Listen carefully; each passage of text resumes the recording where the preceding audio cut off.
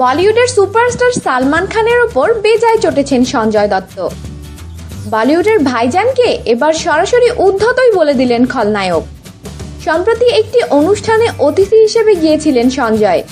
সেখানেই তাকে অনুরোধ করা হয় বলিউডের বিভিন্ন তারকাকে একটি শব্দে বর্ণনা করতে।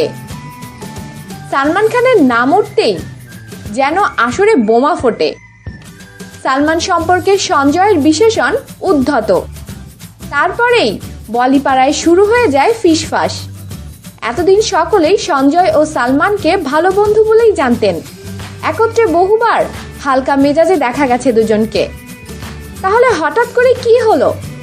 সালমান ঘনিষ্ঠদের অনুমান, জেলে থাকার সময় একবারও সঞ্জয়ের সঙ্গে দেখা করতে যাননি সালমান। তাতে বেজায় চটেছেন মুন্না ভাই। তাতে নাকি তার মনে হয়েছে তার প্রতি আর ততটা সহানুভূতিশীল নন সালমান, আর সেই রাগ থেকেই নাকি এমন মন্তব্য করে ফেলেছেন সঞ্জয়। মজার মজার খবর জানতে সাথেই থাকুন আর অবশ্যই সাবস্ক্রাইব করুন।